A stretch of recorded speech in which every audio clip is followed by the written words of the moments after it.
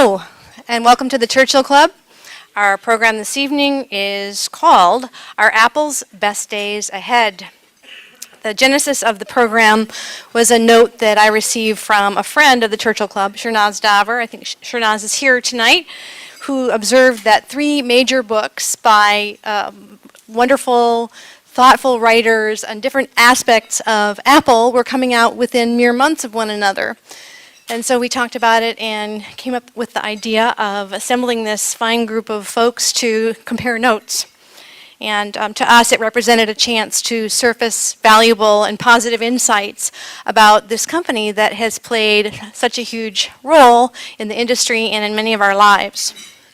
I'd like to welcome our speakers, Leander and Yukari and Fred, and our moderator, Adam. Thank you all very much for joining us tonight.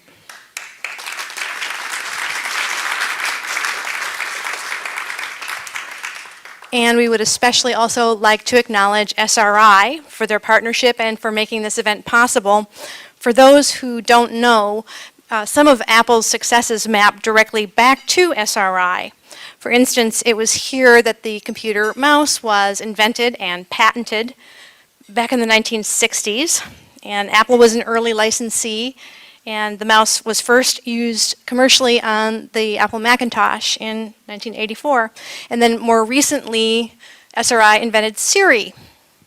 And of course, the first virtual personal assistant. And Apple purchased Siri in 2010 after SRI spun it out a few years prior to that. And it came out in 2011 in the iPhone. And the rest is kind of history as far as using voice technology in some of our everyday devices. SRI has very broad shoulders that many folks and many companies are standing on, not just Apple. So I think it's really important to acknowledge them, and it's a privilege to be here. Thank you, Alice, for having us. Thank you.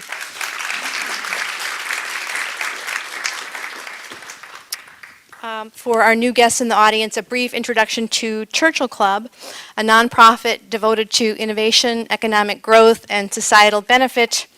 We began in Silicon Valley in 1985 as a forum where important people say important things at the nexus of business and technology, academia, and policy. And since then, its scope has broadened very much alongside the expanding role of technology itself on so many aspects of our world. And we convene up to 40 programs every year to advance collective thinking and bring people together around leadership, trends, implications, strategies, opportunities, etc. And we always encourage our speakers to say something that matters, to build on what's out there and not to repeat the insights, and just to try to advance the thinking. And we certainly welcome you all to join us and remain close to the extraordinary conversations that we convene on a regular basis. Our next program is on March 18 in Santa Clara with 2 individuals who have unique personal perspectives on topics such as the future of entertainment, media, education. They are Qualcomm EVP Peggy Johnson and Liberty Media CEO Greg Maffei. We anticipate a really interesting conversation that will be probably quite surprising, so we hope you'll join us. If you're tweeting tonight, please use the hashtag Churchill Club, and you'll find other Twitter codes in your printed programs. Our moderator, Adam Lashinsky, covers Silicon Valley and Wall Street for Fortune. And he is also the author of the 2012 Wall Street Journal bestseller Inside Apple, How America's Most Admired and Secretive Company Really Works. You can see Adam weekly on the Fox News channel, in particular on Cavuto on Business on Saturday mornings. And he also co-chairs Fortune's annual Brainstorm Tech Conference. We're always honored to have him come back to our stage. Please give Adam your warmest welcome. Thank you, Karen, and welcome everybody. The 4 of us on this stage have something in common, have many things in common, among them that we've each written books about Apple. As journalists writing about Apple, we know that Apple can be one of the most interesting, most difficult, most controversial, thorniest of topics, and everybody in the room obviously shares the fascination, or you wouldn't be here this evening. So we're going to have a conversation amongst ourselves for a while, and then we're going to bring you into the conversation. I'd like to start off by acknowledging the title of the evening is our Apple's Best Days ahead of us. There's a very obvious corollary to that question that isn't in the program, which is, are Apple's best days behind it? And we're gonna try to draw that out of our panelists. I want to ask each of you to take about 1 minute to introduce yourselves to the audience, your name, the places where you've worked in your career, and why don't you start off by saying your Twitter handle out loud so people know it. Mine is at Adam Lashinsky, by the way. Fred, you start. Okay, I'm at F. Vogelstein. I am contributing editor at Wired. The book is called Dogfight: How Apple and Google Went to War and Started a Revolution, published by Sarah Crichton Books, FSG, last November. Been a staff writer for the Wall Street Journal, for Fortune, for U.S. News and World Report. Been a journalist for about 25 years and covered tech for about 15. Yukari? My Twitter handle is at Yukari Kane, Y-U-K-A-R-I, Kane, K-A-N-E. I was last Wall Street Journal reporter covering Apple. I covered Apple during Steve Jobs' last days. And my book is called Haunted Empire, Apple After Steve Jobs. And it just tracks what Apple's been doing over the last couple of years. Leander? Mine is at L. Kahney, and I had a book out in November too called Jony Ive, The Genius Behind Apple's Greatest Products, and it was a first full-length biography of Sir Jonathan Ive, Apple's head designer. And I run my own blog called Cult of Mac, which I've been running for about 5 years now, independently. And before that, I was the news editor at Wired.com, and I spent about 12 years at Wired, working as a reporter covering Apple, and I had 3 books out of that, and then rose up to be the technology editor, managing editor, and then the news editor of the whole site. Great. So I think I'll start in the same order, and I'll start with you, Fred, and I'll ask you, are Apple's best days ahead of it? No.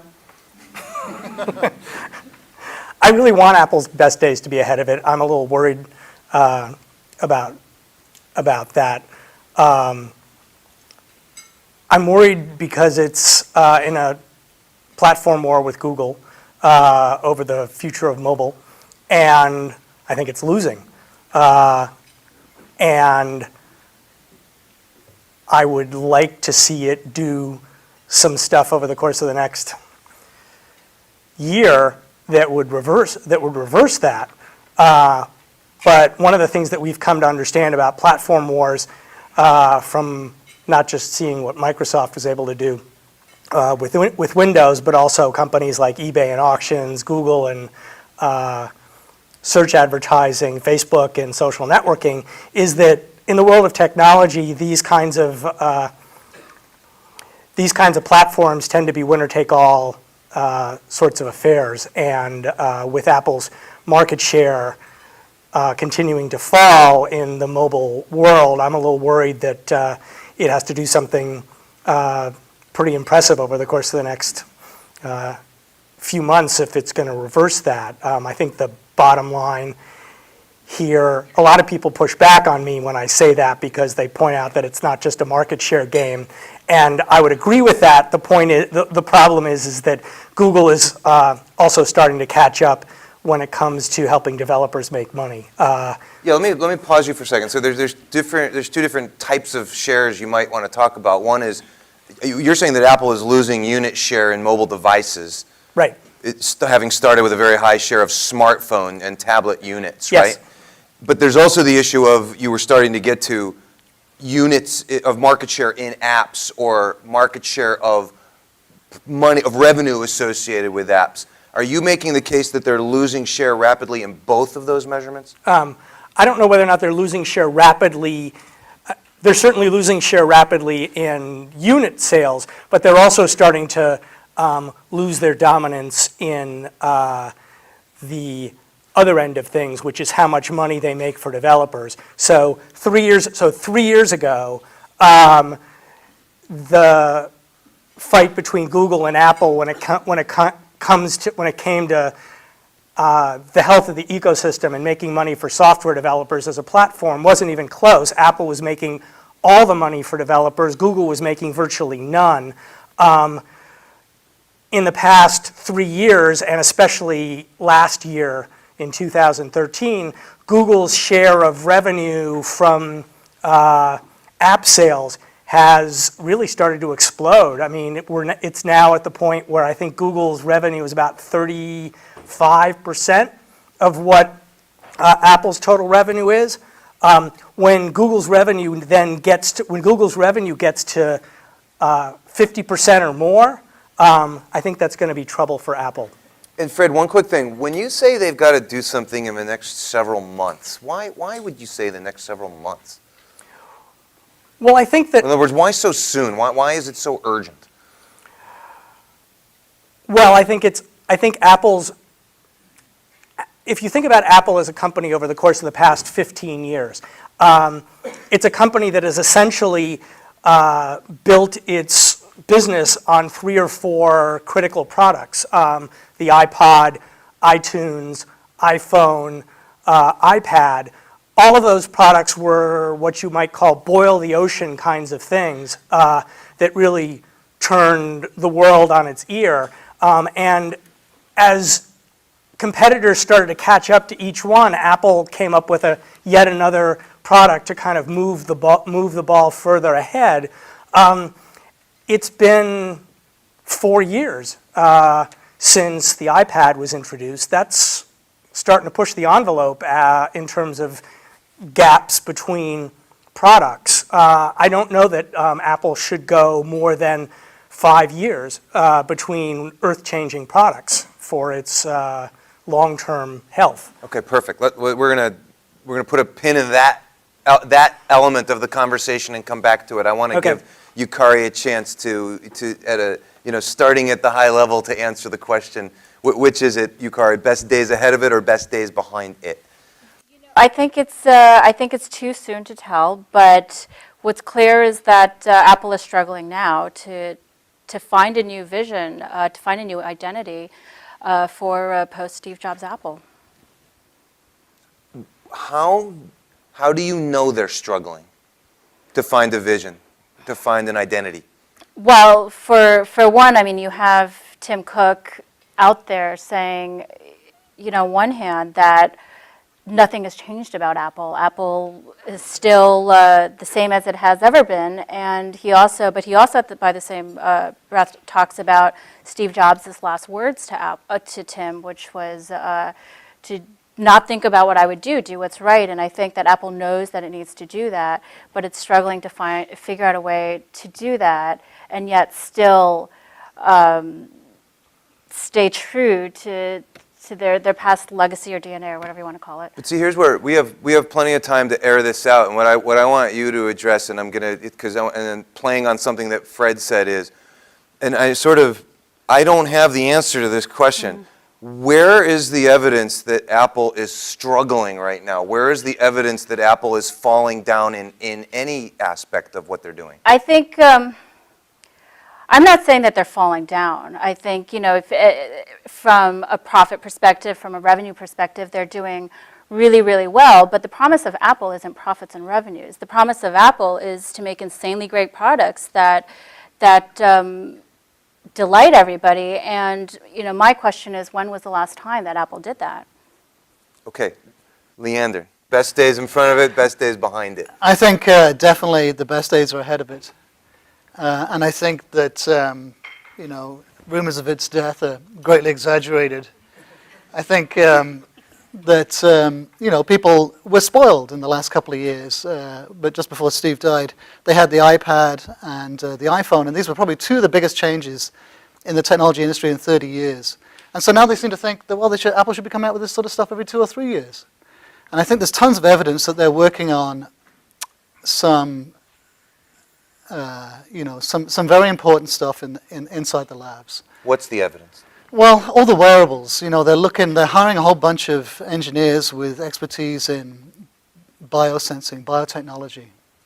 Things like chips that can stare into your capillaries and measure your blood glucose, as well as your heartbeat, your metabolic rate, your respiratory rate, how much oxygen is in your blood. And, this is like a Fitbit on super steroids. It's not just going to tell you how many steps you took that day. It'll possibly, maybe, give you a snapshot of your real-time blood chemistry. And I think, the implications of that are quite far-ranging, not just for health monitoring, but also for things like diet and well-being, for, telling you about your own circadian rhythms, sleep, activity. So we're clear, you're speculating based on observations of Apple hiring practices, is that right? Yeah, exactly. Yeah, it's all about hiring practices and about the companies that they took these engineers and these scientists and these specialists from, and the kind of things that they were getting into. Yeah. Talk a little bit about your thesis that Jony Ive is far more important and relevant to this story than people understand. Is that a fair representation of your thesis? Absolutely, yeah. And of course, about that. this is what my book was arguing, that he didn't get his fair share of credit for Apple's success this last dozen years. Because the company is so secretive and because it only had essentially one spokesperson, all of the credit was given to Steve Jobs. And that's not to say that Steve isn't a spectacular genius and a singular genius, and obviously you can see the fruits of his labors. But he was a member of a. I think the most important part of the heart of the company, its ideas factory, it's where all the innovation came from, is Jony Ive's design lab, and the 16, 20 designers. No one knows how many people work there because it's so secretive, but the 20-odd designers that work there, this is where all the ideas came from. And Jobs, towards the end of his career at Apple, Tim Cook took over the day-to-day and ran the company day-to-day to give Steve the time to hang out in the design lab and sort of become one of the members of Jony Ive's design team. And, as Jony Ive said in his tribute after Steve died, that, Steve had some great ideas, but he also had some nutty ideas too. And I think he was, obviously he had a lot of power in that team, but he didn't direct what they did. He would throw in ideas. Sometimes they were crazy, sometimes they were great. And I think that team is still there. It's still functioning without him. I think it's still operational. There may be a hole in its heart without him, but it nonetheless is operating the same way that it had done for the last 12 years or so. It's really interesting. You're positioning Steve Jobs as having been a member of Jony Ive's design team. Yeah. That was his ultimate contribution. Well, they used to fight all the time. Well, not fight. They would, Jony doesn't fight with anybody. Steve would yell and scream, but Jony would, he managed up, and I heard this over and over again. I mean, everyone knew, all the veterans of the company had ways of managing Steve, and the simplest trick was if you had something great to show him, the last thing you did was show it to him in isolation. You always got 2 sacrificial lambs. So you cooked up 2 things that you know he's going to reject, and you show it to him first, and then he can say, that's shit, that's rubbish, and reject them, and then show him what you want him to pick. And I heard this from engineers, software programmers, designers. The designers did it all the time with the prototypes they showed him in the lab. He would often come in and see what they're working on, and they'd always have a range of stuff, and most of it was sacrificial. And they would never show him anything they didn't want him to see and to choose, so they were directing him. Okay, Yukari, Leander is saying that, yes, Steve Jobs was important, but would you react to that, please? I think that, Jony did say that Steve had a lot of nutty ideas, but I think Steve would say that Jony had a lot of nutty ideas as well, and, that goes both ways. I guess I would come back to what Steve always said. He stood on the intersection of technology and art, and and I think that Jony is a brilliant designer, but the definition of an industrial designer is that you stand on art, and so he's not a business person, and so he's not. He's not the one to lead Apple. It's got to be somebody else. Okay, so give us your assessment of what the absence of Steve Jobs means to Apple in 2014. The absence of Steve Jobs is losing the halo effect. Steve Steve commanded this attention and this a level of celebrity to Apple, and I think that without Steve, first of all, there's a perception issue. Apple is treated more as an ordinary company. I mean, there's nobody else that has the moral authority that Steve had to take the kind of risks that made Apple so successful in the past, and that hurts Apple, whether the talent is there or not. So, Fred, here's my thought on you said 4 years, 5 years is getting on a really long time. There were 5 years between the iPod and the iPhone. I believe it's 5, maybe 6 years. Then we had the iPhone and the iPad in 3-year succession. But if Apple comes out with something as big as the iPad next year, will all be forgiven? Yeah, I think it probably will be. I mean, I think Apple has, one of the things that Apple is managing, though, is Apple has to do, at this point, Apple has to manage a couple of different things. It has to manage not only the innovation quotient, which is however many years between new ideas, Apple has to manage the whole innovation quotient, so it has to actually figure out how far it can go before it comes up with the next idea that boils the ocean. But then it also has to manage its existing products. So it has to manage its iPhone market share and developer ecosystem. It has to manage its iPad market share and developer ecosystem. And if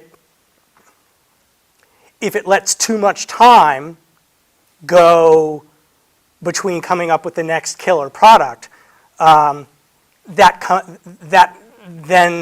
the previous products start to decay at a faster rate than I think Apple would like. Because the thing that makes Apple unique, actually, among a lot of companies is that, and what makes it actually has made it so successful is that Apple's genius is that it takes very, very complicated ideas, products, and makes them incredibly beautiful and really easy to use. I mean, so it did that with the music player, of which there were many. It did that with the cell phone, of which there were many. It did that with the iPad, of which there were many. It should do that with the television because, gosh knows, it's become difficult to watch TV in terms of deciding which content stream you're actually going to get your content from. So are you going to watch a Roku box? Are you going to watch an Apple TV box? Are you going to watch Hulu? Are you going to watch Amazon? It's starting to become complicated. And so my only point is that Apple needs to move. I hope Apple has a really killer idea in the pipeline because it can't continue to do what it's doing in an incremental way. But you also believe, don't you, that even if they do have a killer idea in the pipeline, that they're going to be crippled because they don't have Steve Jobs bringing the plane in for a landing. Don't you believe that? I'd like to be wrong about that. I mean, Leander makes some really, really great points in terms of the power and sophistication of Jony Ive. I worry that neither Jony nor Tim Cook have the capacity to take the kind of risk that with Apple that Steve Jobs was able to take. So, I mean, the thing that I guess is different, the thing that makes me worry a little bit about Apple without Steve is that if you think about the iPhone in particular, but all the products, but let's focus on the iPhone. Apple essentially had to bet the company in order to make the iPhone successful. If the iPhone had failed, I think Apple as a company, remember this is going back into 2006, Apple as a company would have been in some trouble because it had pulled engineers from all around the company to work on the iPhone. It had pulled the best engineers to work on the project. And it had, as a result, dried up its whole product pipeline. So if the iPhone had not been successful, not only would you have had a bunch of disillusioned engineers who would have decided to go to work maybe elsewhere, but you also would have had a product pipeline that was probably that was empty and probably would have taken a year or 2 or 3 to fill up again. And so I guess I kind of worry that Apple doesn't have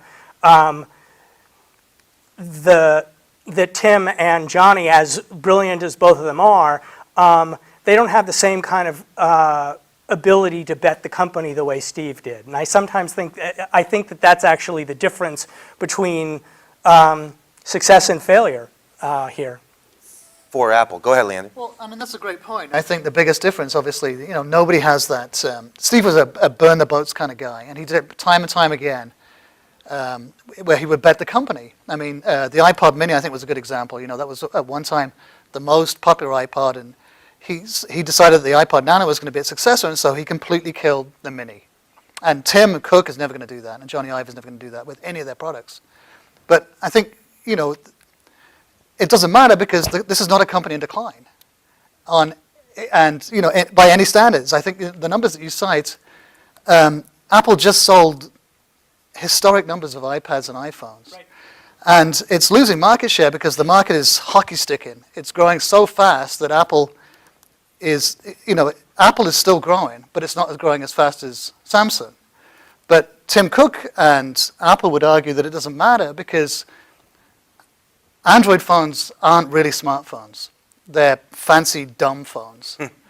And that people aren't using them. They're not buying software. They're not using them for smartphone activities. Well, so this is the thing. This is the thing that I've been paying a lot of attention to, actually, because when it comes to for actually until last year, that was actually absolutely right. I mean, one of the issues that Android had was that the platform was fragmented, so that there were probably 4 different operating systems out there, or more, right? Well, I mean, certainly 4, maybe more, but 4 is a lot. And the Google Play Store was kind of a disaster for developers for consumers to actually find apps in. But over the course of the past, especially over the course of the past 2 years, Google has fixed both of those things. And so as a result, Android is no longer, it's exerted a huge amount of control of. Fixed it. They're trying to fix it. Okay, so quick question. I don't want to divert too much into talking about Google, only because it's not the point of the evening. No, but that's true. For any of the 3 of you, how do we know that Tim Cook and Jony Ive won't kill something the way that Steve Jobs would have? How can we say that with such confidence? Because it's not his company.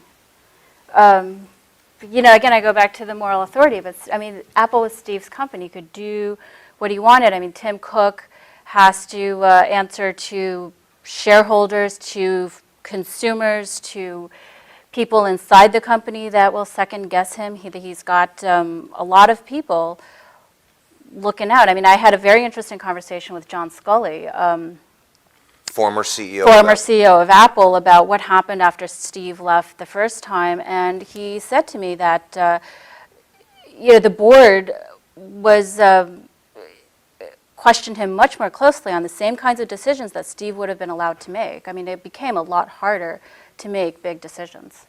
But the playbook says this: we are Apple. We think big. We take big bets. We swing for the fences, etc. Isn't it possible that because that is what the playbook says, that's what Tim Cook will do, and we just haven't seen him do it yet? He's not the kind of person to make big swings. I mean, Tell everybody why not. Why is he not that person? Because he was an operations expert. His expertise. I mean, he's a brilliant man, but his expertise is about numbers and data and analysis. He's famous for scanning sheets of papers and retaining everything, but he doesn't make decisions unless you can show why that's going to be a good decision. He likes to look at spreadsheets. Yeah. Steve Jobs yeah. did not. Right. I know I just said, Fred, we shouldn't talk too much about Google, but is your opinion that Larry Page is more Steve Jobs-like and that's why Google has the advantage over Apple right now? Yeah, absolutely. I think that, and I don't know whether or not it's actually has to do with Larry Page being more Steve Jobs-like as much as Larry Page is a founder, and Larry Page is a co-founder of Google. And as a result of being a co-founder of Google, just like Bill Gates was a co-founder of Microsoft, just as Mark Zuckerberg is a co-founder of Facebook. I was going to say founder, but I momentarily remembered that there were a bunch of other people there too. My point is that when you're the co-founder of a company, that gives you the ability to take risks and get people within the company to follow you in a way that professional managers don't have. In a way that professional managers don't have that kind of latitude. So I don't think that Tim Cook or any executive would have been allowed to take the kind of risk with Apple as a corporation that Steve Jobs took in order to get the iPhone built. And the kinds of risks that they took to get the iPhone built are not trivial. I mean, and the kinds of switching and changing courses that they took while they were building the iPhone were going on really right up until the phone was available for sale. I mean, one of the things that most people don't realize is that when Steve actually demoed the iPhone, and we all saw it and remember it, for the first time, he made it look like something that we all wanted to go out and buy in stores right away, and the fact that we had to wait 6 months was incredibly frustrating because what he had on stage looked so perfect. The reality was that there were only about 100 iPhone prototypes in existence at that point. They hadn't even set up a manufacturing line. On top of that, people were so worried that the demo was going to fail that a bunch of engineers in the fifth row were passing a flask of scotch because they were doing shots in the audience. Okay, so you two are making the case that part of the genius of Steve Jobs and then the craziness of Steve Jobs was this willingness to make these huge gut calls, very risky. They worked out more often than they didn't, and the company achieved this amazing greatness as a result. No rational CEO, no rational company would ever behave this way. And in fact, Tim Cook is a rational CEO and Apple's a rational company. That's good in lots of ways, but not good if you want to shoot the moon. Correct. One of the things we're all agreed on is that Apple hasn't done anything mind-blowing since Steve Jobs died. In fact, they've done some things that aren't particularly good. Yukari, can you talk about that a little bit? Yeah, I mean, I think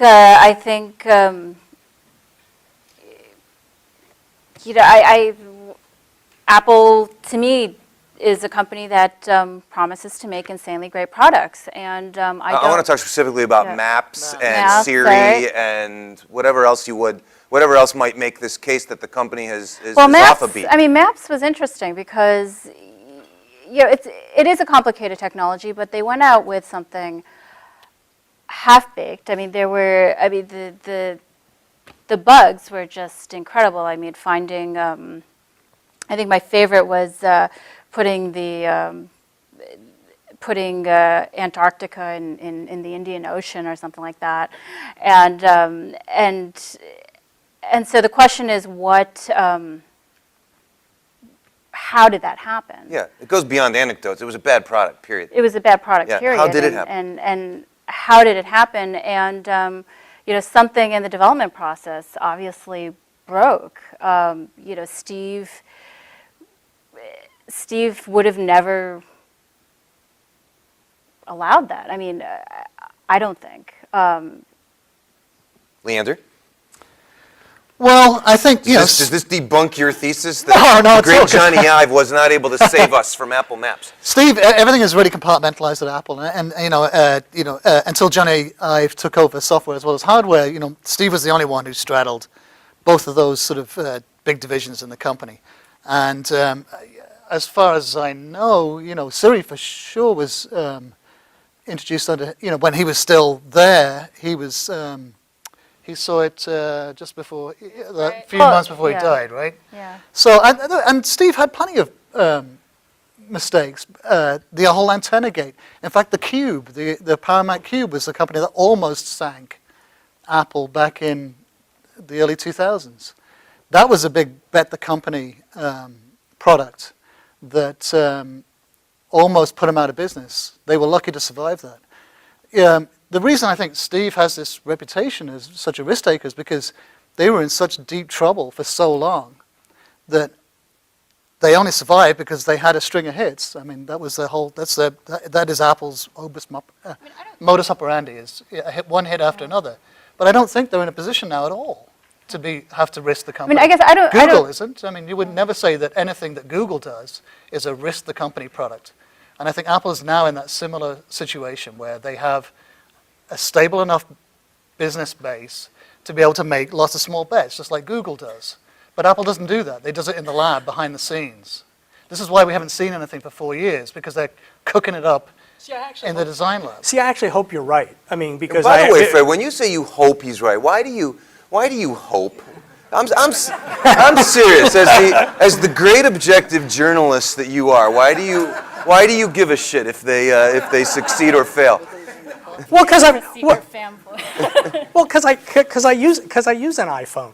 I mean, because I like Apple products. I mean, I think they make really cool products that I like to use. And on top of that, I think that the competition that exists between Google and Apple right now is actually good for consumers. I mean, it's forcing this, it's driving down the price of cell phones, it's driving up the kinds of features that we consumers are getting a chance to use. And so I think Apple being super competitive is an important part of the creativity that exists in the mobile universe. I appreciate that, and I was mostly teasing you, but I don't want to take you off your point, which was to answer Leander. Because what's wrong?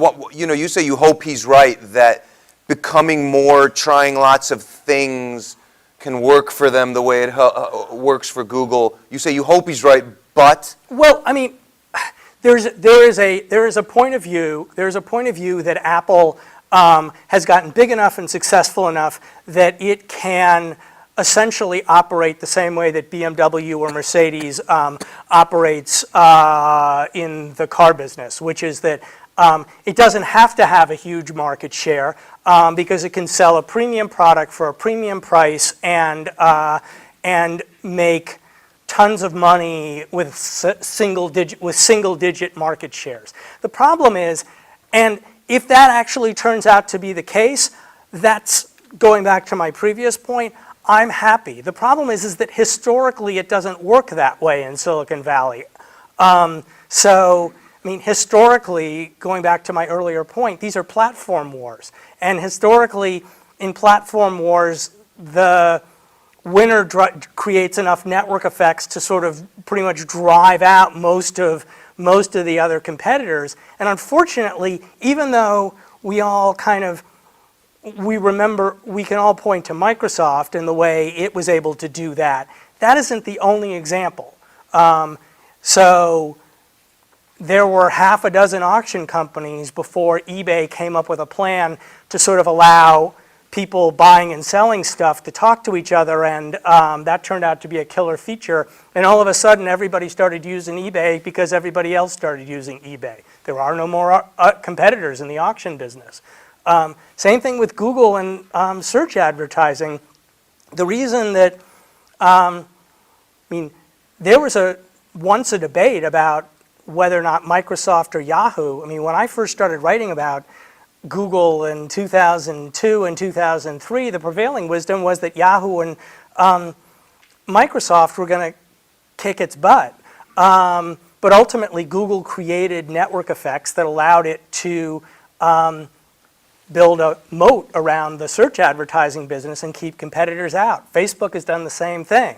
So what I see happening in mobile is the same thing. And so I'd like to believe that Apple's current situation is stable, but I fear that it is not. And history suggests it's not. Yeah, I think everyone, compares the current platform wars to the old platform wars where Microsoft won.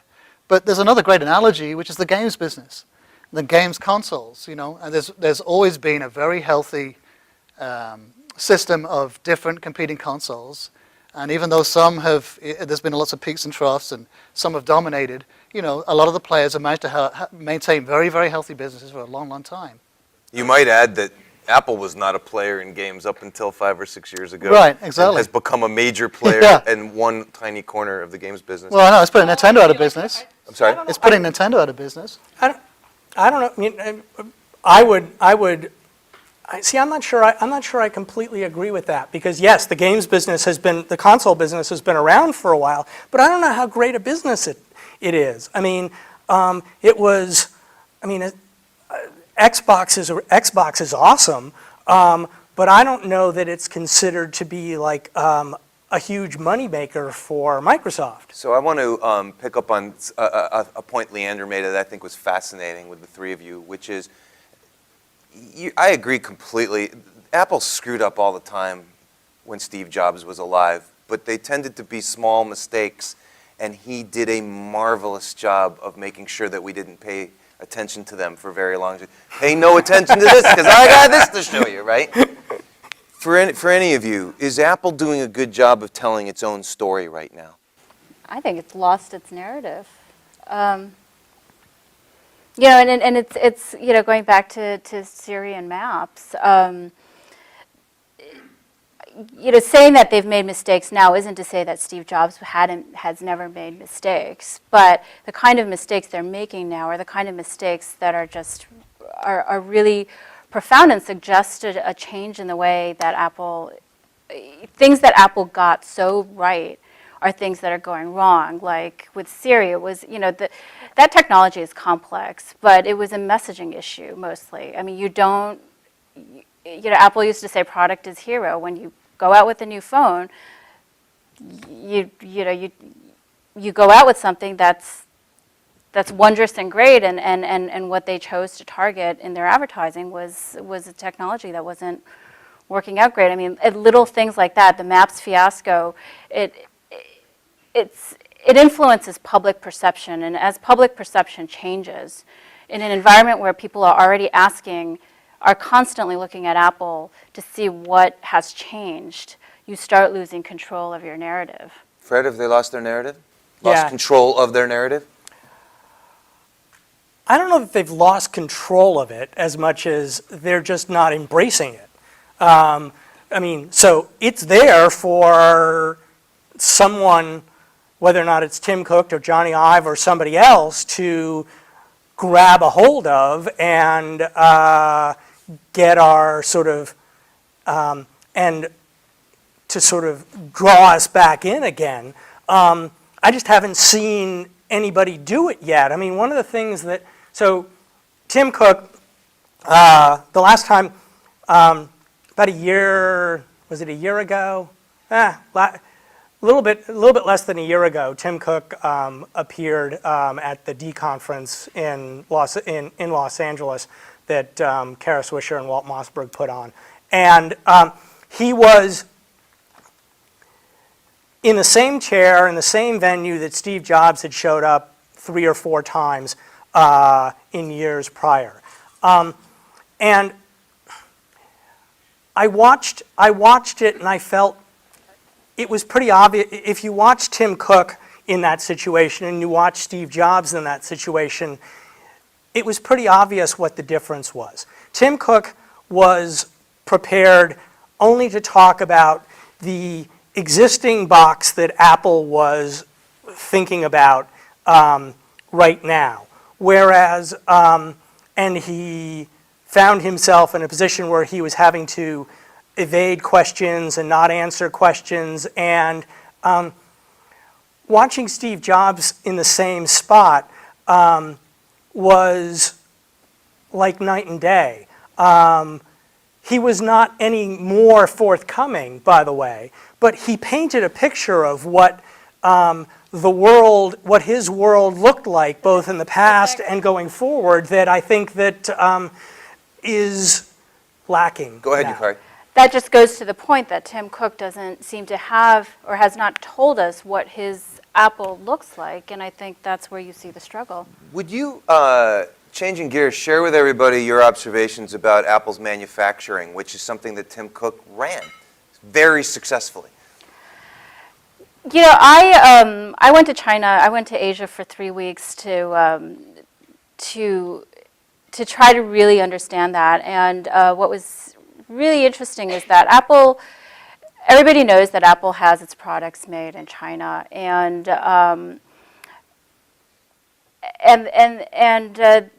as well as actually in Japan and other countries. I mean, Steve Jobs makes these impossible demands of, you know, what he wants in a product. And the guy that has executed that is Tim Cook. He makes it happen. How does he make that happen? He makes that happen by making the supply chain do what Apple wants. And what's interesting that's going on right now is that so the supply chain gives in to these impossible demands about quality, about timing, about last-minute changes, and the reward at the end was this huge revenues, because Apple was selling millions and millions, and it was growing for a really long time. And as the growth has slowed, that reward has diminished, and that has changed the equation in the supply chain, and that's a really interesting crack that I think is starting to appear that is not as obvious. Can I ask a question? Does Apple dominate the supply chain the way it used to? Because so much of the money that Apple has made over the years has been because it actually was able to tell Foxconn and all the other contract manufacturers over there what to do and how to do it. I mean, does it have the same kind of control over those guys? I mean, it still does in the contracts it's in, but the question is, you know, how interested are companies in general in the broader contract manufacturing industry? And, you know, I heard, you know, I was in Taiwan, I was in Tokyo, I was in Shenzhen, and I heard a lot of similar stories about Apple's hardball tactics. You know, one that comes to mind was in Japan, everybody knows the iPod, one of the old iPods with the mirror-like finish, and that was made, that backing was made by a very small company in Japan. And one day, Apple's operations team goes in and says, we're going to bring this video camera in for training purposes. You know, it's just for training purposes, and they're taking video camera footage. A few months later, they move that contract to China, and they're doing that kind of thing all the time. And so what happens is that, you know, companies are less and less interested, and meanwhile you're saying they videotaped the one company's processes right, and then stole the ideas and or, gave them to another contract manufacturer. I mean, even worse story was, a company who was told to invest in all this equipment to make, I think it was the iPhone 5, and it was suggested that they would get the business. And so they invest in all this equipment, they leverage the company, and then Apple denies them the contract because they're over-leveraged as a company. It cuts both ways. I think Apple it's had this reputation for some time, and it is notorious in Asia for going to smaller companies and making these sort of handshake deals with them, saying that we'll take, they'll develop the process for a new product, like the iPhone touchscreen. No one was making those. They teamed up with a company in Taiwan and told the owner of the company, this private company, that they would buy if he invested $100 million in tooling up a factory to make iPhone capacitive touchscreens. They would buy every single one he could make. And they're notorious for making these kind of deals with smaller manufacturers, figuring out these new manufacturing processes, and then taking it to Foxconn, where they can integrate it into their bigger lines and do it a lot cheaper. But in this case, so they've screwed over a lot of companies, and Tim Cook is really a hard ass for, But for that, doing these kind of but things. that has implications. Yeah, of course Well- it does. But the smart companies stay one step ahead. Hold on, and I want to. That's where I wanted to ask you. Does it, as Leander points out, these hardball tactics is not. It's not new. They've always been able to find somebody who wants to work with them. Is there any evidence that the game is up? I don't think the game, I'm not saying that the game is up, but the equation is starting to change because the promise of the huge revenue at the end just isn't happening as much anymore. And meanwhile, you've got Hold on, I the don't Android understand that, market. Yukari. The unit volume only grows. Because it's a growth based. If when Apple was making triple digit growth, when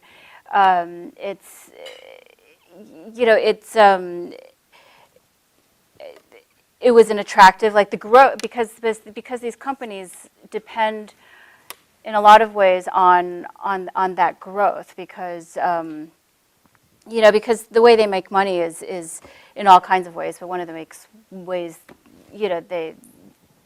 they make money is their stock value.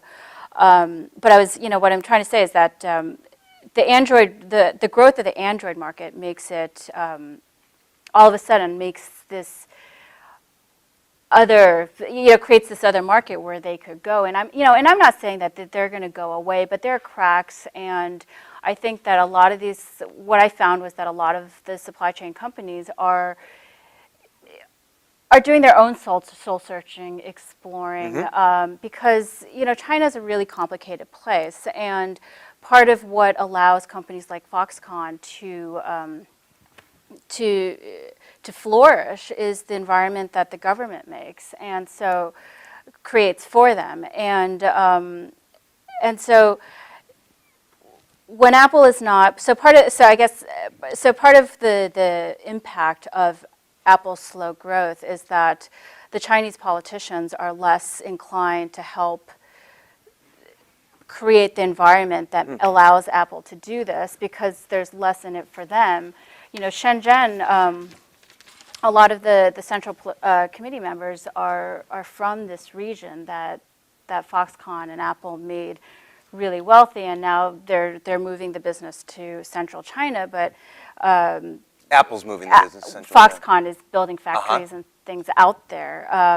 And those politicians have created this environment to make it in the hopes that it's going to do to their careers what Shenzhen has done to other careers. We're about to go to Q&A. I want to ask you each one last question that people, I get asked a lot, and a lot of people in this room do business with Apple. What's your relationship with Apple like? I was just there. Tim Cook and I had lunch yesterday, and he wished me the best of luck and said hi to all of you guys. Apple, I have the same relationship. I have the same relationship with Apple that a lot of people in our business, have, which is I don't have a relationship with them officially at all. I told them about the project that I was working on, told them what I was doing, kept them abreast of the project every step of the way. They didn't want to play any role in it whatsoever, and that's totally fine. This sounds very familiar to me. Yukari? It's pretty much the same with me. I kept them in the loop throughout the process. Let them know about any twists and turns in my narrative, gave them opportunities to comment, and unsurprisingly, they haven't. Leander, you're writing about them every day.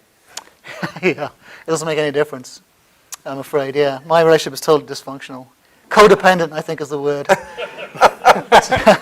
What do you mean codependent? Well, it's a one-way street. It's, I keep on banging on the windows, but, nothing gets tossed back. Pretty interesting, huh? Yeah. Well, this is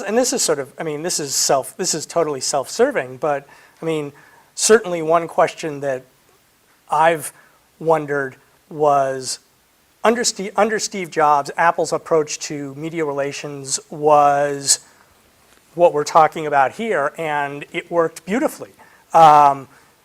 It benefited from surprise. It benefited from, and whenever he unveiled a new product, the world came and his announcements were broadcast all over the world. The question probably should be asked as to whether or not under the current leadership that approach continues to generate the same kind of benefits, or whether or not a different approach is necessary. I've had my shot. Now it's your turn. We'd like questions from the audience. We have at least one roving microphone, maybe two. And we'll start right here at this center table. I would appreciate it if you would introduce yourself before you ask your question, please. Sure. Barbara French with Juniper Networks. So my question is pretty straightforward. I think a lot of the conversation we've heard tonight assumes that the next breakthrough Apple product is going to be a device. So I would ask you to contemplate, are you expecting a cloud product, a software product, or a device, or a combination? What's going to save Apple in your eyes? Who'd like to go first? I'll go. Go, Fred. I think the breakthrough product will not be a device. I think the breakthrough product should be one that makes watching television easier. I mean, right now. Hold on. So you're suggesting that would be a service? Yes, I think that Apple has enough. If Apple spent, it cost I'll give you a for instance. It cost Netflix about $100 million a year to create House of Cards. Think about what Apple could do if it decided to spend $2 billion a year on content. It wouldn't have to make it, but it certainly could find people to produce it. And if all of a sudden, like, you didn't have to think about where you could go to get content outside of the cable networks, it might, if they simplified the TV watching experience and brought in the content along with it, they'd solve a bunch of problems overnight. Yukari? I think there's two questions in there. What's the next product and what's going to save Apple? And in terms of the next product, I mean, I think there could be a lot of things. I'm not, but I'm more interested in your second question, which is what's going to save Apple. And I don't know the answer to that because when you do the calculation mathematically, I mean, Apple has become so big. I think the last quarterly earnings revenues were something like $60 billion, that mathematically, it's going to take a lot, probably its most successful product ever, to make even a percentage difference in Apple's earnings. And so that's a tall order. In the spirit of time, device, software, or service? Well, Apple's products are always a combination of hardware, software, and services, and they're looking at three areas: wearables, TV, and we saw one today, automobiles. CarPlay, unveiled at the Geneva Motor Show, running in Volvos, Ferraris, and I think it's going to be in 16 different cars this year. This is a weird and, I think, significant departure for Apple, which is they're starting to do what Microsoft did, which is to get their software and their services to run on other people's hardware. And it's turning, cars, at the moment high-end cars, but probably within a few years, a lot of cars, mass market cars, into basically fancy iPhone docks. So should we be excited for them or terrified for them that they're being more like Microsoft? Well, yeah, they have the same perils. It's, what are these? The CarPlay depends on Maps, which sucks, and Siri, which sucks. So. I thought you were the positive one. Yeah. So they're both getting a lot better. In a similar vein, I'd just like a yes or no question from each of you. Tim Cook's been dropping these hints recently that it's not out of the realm of possibility that Apple would do a mega multi-billion-dollar acquisition. Yes or no, will they? In the next 3 years? Mega. Sure. Yes. They should. No. Next question. Yeah, Steve Patterson, I write features for Quartz, but in terms of the next product category, I've completely discounted something absolutely new that we've never seen before, because you can't do that without iterative design and engineering, and we'd know about it. You know, it's just impossible. The second problem is coming from $175 million in historical revenues, 20% is about $25 billion. That's Billion, 175 billion. Yeah, 175 billion, I mean. So it's clear it's television. You know, it's a $400 billion market per year.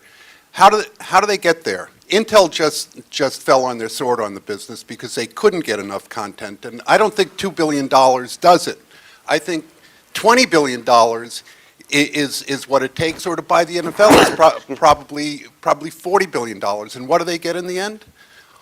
Everybody buys their cable internet and cable television together. So suddenly, the cable television guys subsidize television for the internet.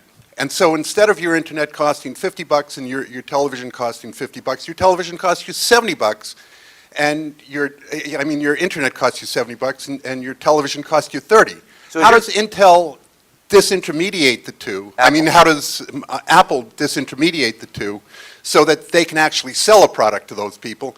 And one last point. People in Hollywood, they don't sell by the drink.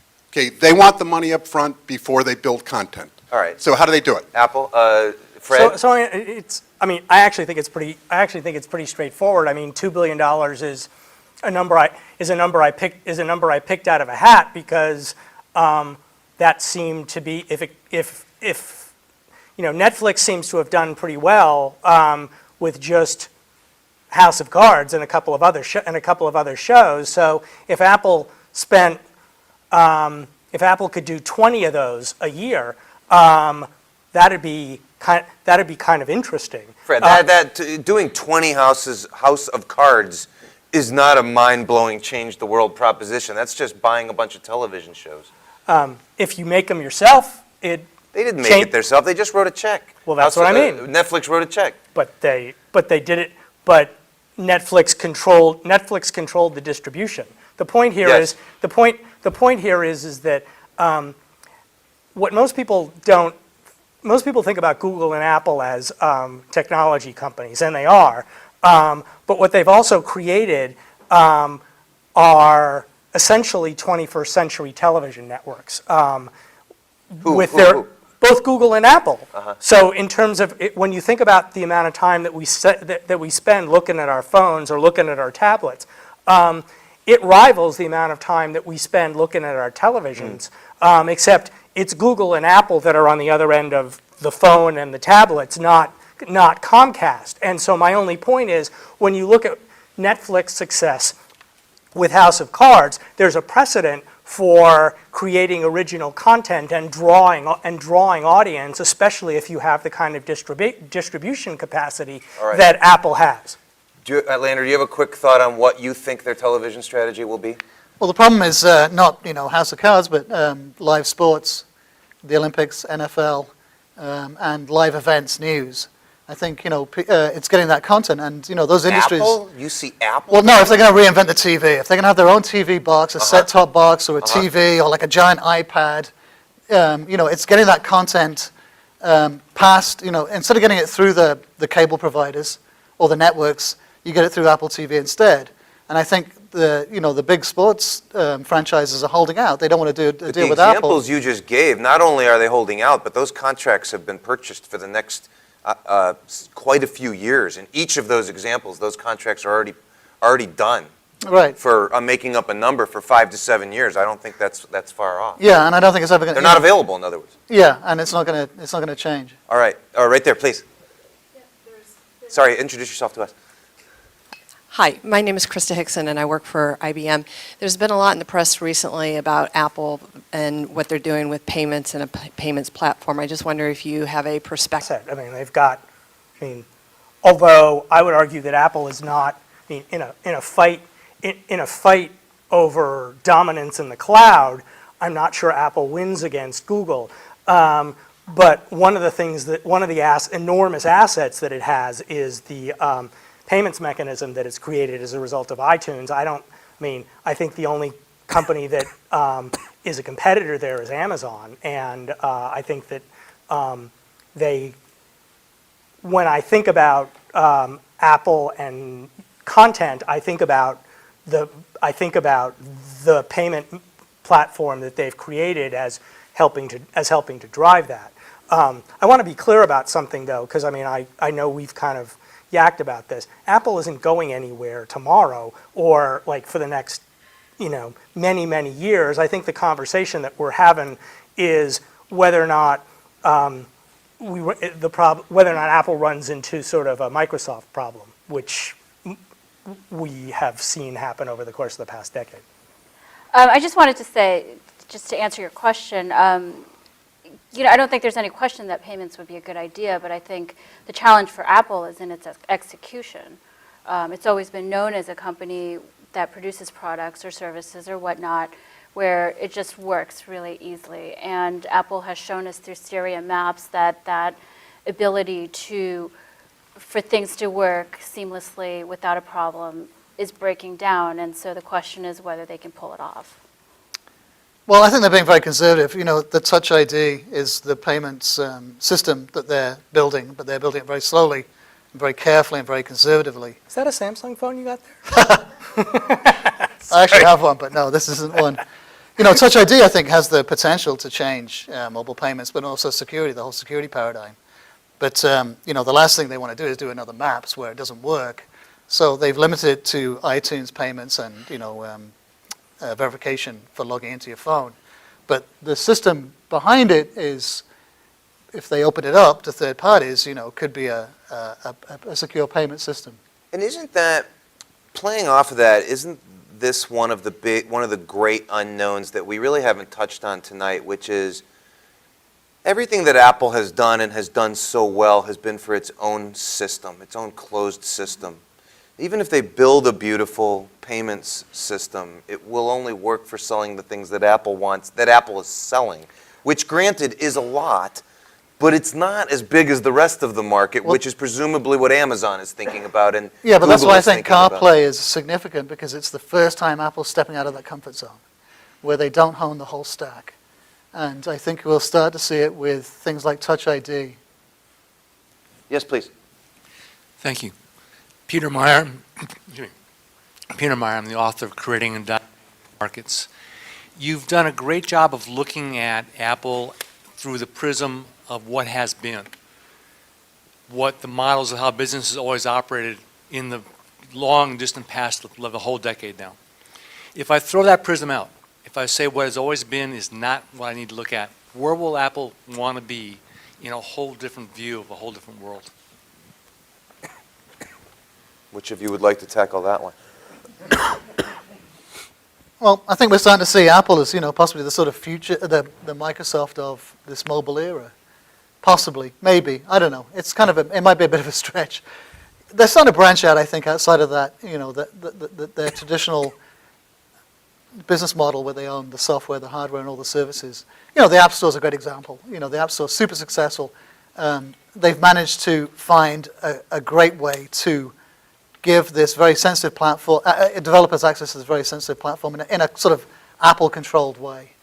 And I think CarPlay, like I said, it's a big philosophical change for the company, and maybe an augur of the way that they're going to go towards in the future. I mean, the whole Internet of Things, we're going to start to see not just wearables, but fridges, cars, everything connected to the Internet, and Apple having a finger in that pie, and especially controlling the interface, controlling access to those different services, I think is something that all these companies are interested in. I mean, they all want to be the OS of your life. Facebook and Google, they're all involved in this struggle to be, the OS for all of these different things that you're going to be interacting with. I'm gonna put on my journalist hat for a second, and because I think it's a great question, and I think you're raising an interesting point. I was thinking while you were talking about this CarPlay thing, and which I haven't had a chance to look at it all yet. But remember, before the iPhone, they made this awful phone with Motorola. It was called the Rocker, I think, and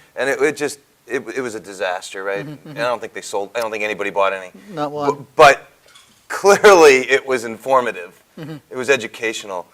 My assumption has always been that Apple absolutely is going to take a big swing again. That it's going to be a major big swing. They haven't told us because they don't tell us. And maybe it'll fail.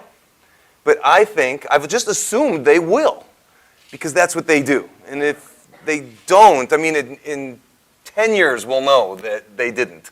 For 30 years, Apple's has set the technology agenda. I mean, I think it's always been the leader. It is, you know, from the Macintosh with the GUI to multi-touch and a host of other innovations in between. Airport, Wi-Fi networking, you know, app stores, you name it. I think for 30 years, Apple set the technology agenda. Absolutely. Including in the dark days, some of that, Yeah. some of what you Yeah, just yeah, yeah. described. Okay, Right. but you two are chomping at the bit, or no? No. I mean, I'm not sure like from 1990 to 97, I'm not sure that. Well, some of those things happened during that time. Yes, they did the Newton. The Newton, And, yeah, and no. I mean, I think the Newton was actually, Jony Ive worked on the Newton. Well, I to be actually- fair, he didn't. That wasn't his idea. I don't think so. No, but I mean, He did work but with the it, answer, yeah. but the Yes, answer, okay. to answer your question, I think it's, personally, I think it's media. I think it's media. I think that Apple has the most even more than Google or Amazon or any of the other companies. Apple has sort of this relationship with consumers when it comes to media that is really, really impressive. And they have more money than anybody else. And, you know, it's glib to say that Hollywood is coin operated. Mark Andreessen likes to say that, and I've appropriated it. But the point is You're that, saying they're willing to take anybody's money. yeah, I mean, I think that like people who make content care largely about like how many people are going to see their stuff and how much money they're going to get paid for it. Whoever can write the biggest check to the people in Hollywood for content will ultimately wind up winning the day. Since Apple has more money than half of Hollywood combined, it's in a position to do that. I'm sort of surprised it doesn't. I mean, Go But ahead, I- Yukari. I mean, Hollywood makes plenty of money, and I think that, like, from their standpoint, they don't have to choose. Why not take everybody's money? And they're going to want to do that, especially where Apple is concerned, because they've seen what Apple does to the music, or did to the music industry. And so I think it's really, really hard for Apple to make, Apple saved the music industry. right, you know, for Apple to get out Just ask there them. ahead of They everybody were better else. than Spotify. When Netflix and Amazon and everybody wants it, so why would Hollywood give it just to Apple? I think we have time. Yes, please. Is this on? You're on. Sorry, Cheryl Young. I am an executive director with Morgan Stanley. I have a two-pronged question. One is I'm surprised none of you have talked about Nest, Tony Fadell's company, which Google just bought a couple months ago for, we think, an extraordinary amount of money. And Your point being, should Apple have bought Nest? should Apple have bought Nest? And the home smart space, the car smart space. I mean, I know there's been a lot of rumors around Tesla and Apple the last couple of days. I have a Tesla. I love that it updates at 2 o'clock. I can completely see that fit. 2 o'clock in the morning when I'm not driving it, that is. Typically not driving at 2 o'clock. hopefully it doesn't get AM and So PM confused. I feel like the TV's been on the media for Apple for a very long time, and so if Apple's always constantly trying to surprise us, it just seems like they'd want to do something a little bit less profile. I mean, what do you guys think about that space? And then as journalists, do you track people like Tony who've left Apple and started companies and what they're doing? Because Apple employees get a lot of people calling them daily, from Square, from Box, from all these, small, not so small companies, but much smaller than a $450 billion market cap company. And Apple's sitting on $159 billion in cash. It's a third of their market cap. I can't imagine they're not going to take somebody big out. So what do you think in terms of some of the talent that's left? I know if Jony Ive's left, we'd watch and see where he went because it'd be very interesting to us. Well, I would make the observation to you that Tony Fadell and Nest is the exception, not the rule. There's very few other examples of companies founded by ex-Apple executives that have become big and successful. In the hardware realm, anyway, yeah, there's some software ones, but... there's Such a- as? I was thinking of Mike Mattis, who's now at Facebook, but did push pop books, and I think there's a whole bunch of startups. And Startups, yeah. yeah, well, So to her question, should Apple have bought Nest? no, because they don't need that at all. But Google did, because Google wants to get into hardware, and doesn't have that expertise. Well, because they already know, because the Nest is no good without your iPhone or iPad or some smart device, and Apple is more interested in the platform than the gadget. I mean, I think Tony Fadell was hoping at one point that Apple would buy Nest, and but he's a controversial character, I think. Why do you think he was hoping Apple would buy Nest? Sources? Did you write this? No, I didn't. I mean, I was working on my book. So, Google did. well, I mean, I think, well, actually, I think that Tony Fadell was hoping that Apple would buy Nest because I think he had ambitions of going back there. And I think, he thinks that he could be the next Steve Jobs, or the visionary successor. I mean, but, Tony was a controversial character. I think we have time for one more question. Oh, we have time for two more questions. Yes, go Oh, ahead. great, thanks. David Needle, I'm the editor of Tab Times. One of the things when Steve Jobs returned to Apple was he stripped away a lot of the products that they were making because the product line was kind of bloated and they were bleeding cash.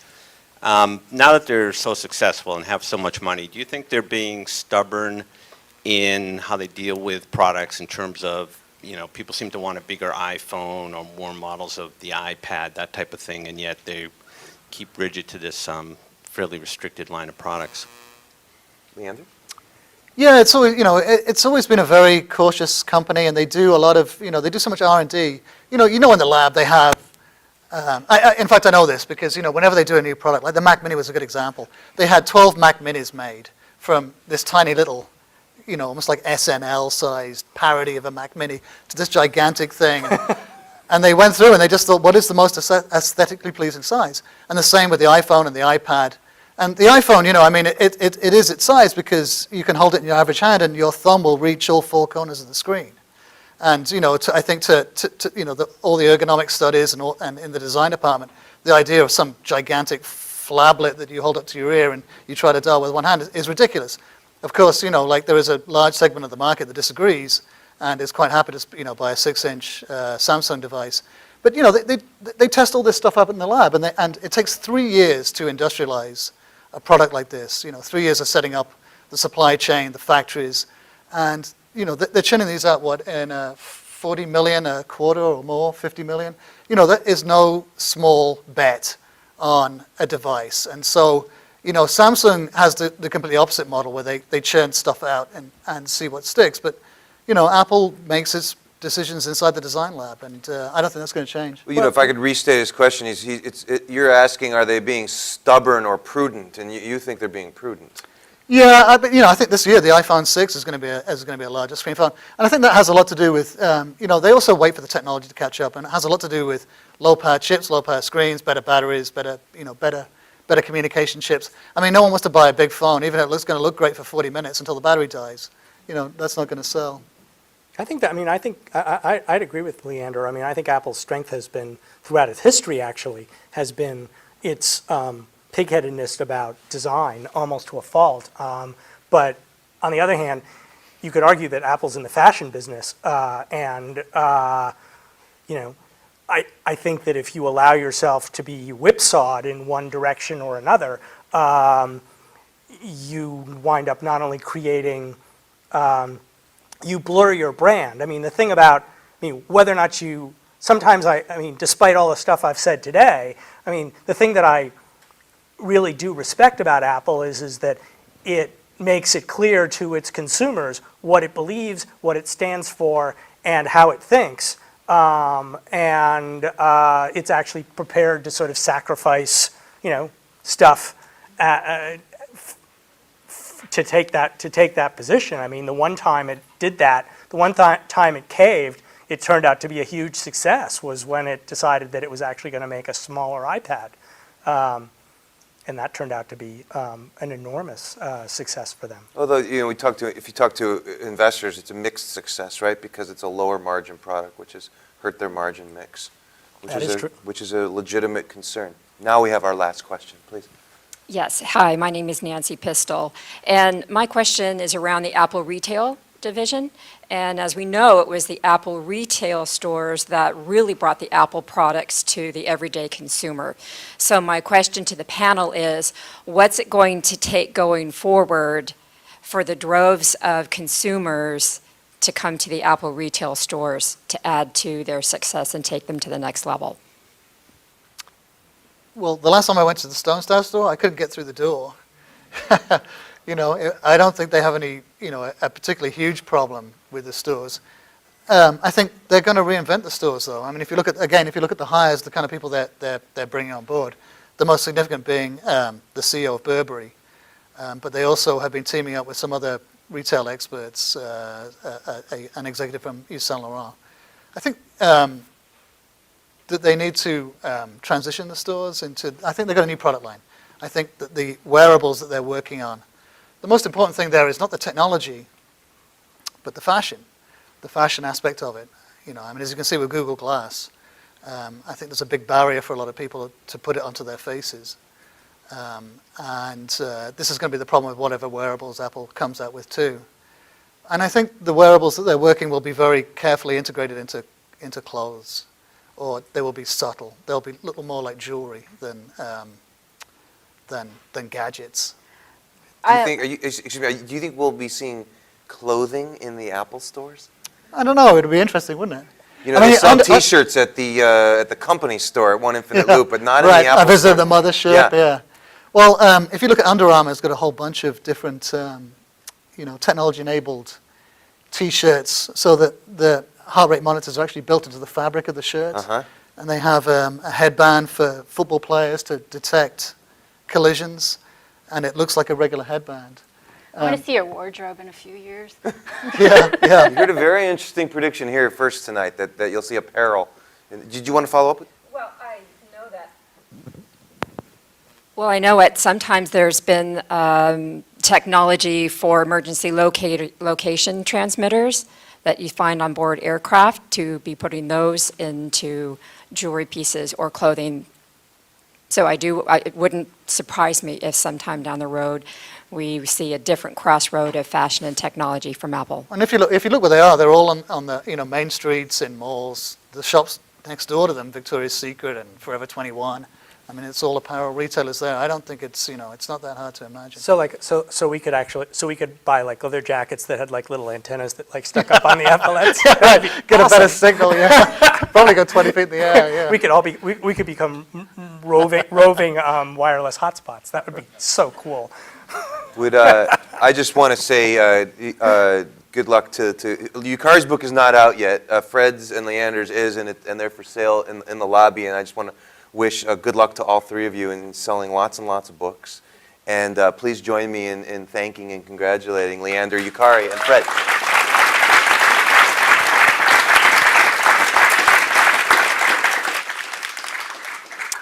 Really, again, thanks so much for coming out tonight and for sharing your perspectives with us so freely and candidly. We really appreciate it. And Adam, you are a masterful moderator. Thank you so much for guiding the conversation so well. We have a small wearable item for you. It is the Churchill Club speaker T-shirt. Please do wear that in good health. A copy of the video recording of this event will be available on the Churchill Club YouTube channel shortly, and where you'll find recordings of other programs, also including Adam's 2012 really classic discussion with Bob Sutton. And thanks again to SRI. Books are out there, and the authors have agreed to stick around for a while to personalize your copy.